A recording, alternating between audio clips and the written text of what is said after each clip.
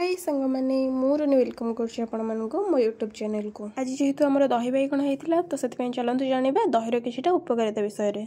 आउ कि पिला अच्छा जो मानक दही जमा भल लगे ना से दहीर स्मेल को भी बर्दाश्त करें खासकर से पिला कहूँ टे मन देकी शुण।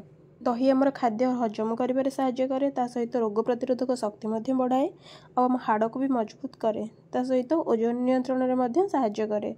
आ चर्म एवं केशर किसी समस्या थिले दही खातु किसी बेनिफिट्स मिल सहित यह हृदय पे लाभदायक आउ मानसिक चाप को कमाइबार साहाय्य करे।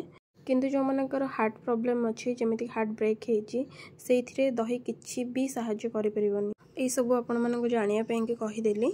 आ मो दही बैगण भिडियोटी आपको केमती लगे कमेंट कर निश्चय जनइबे। और मो चैनल टी को लाइक शेयर और सब्सक्राइब करदेवे and keep watching till then my next video. Thanks a lot for watching.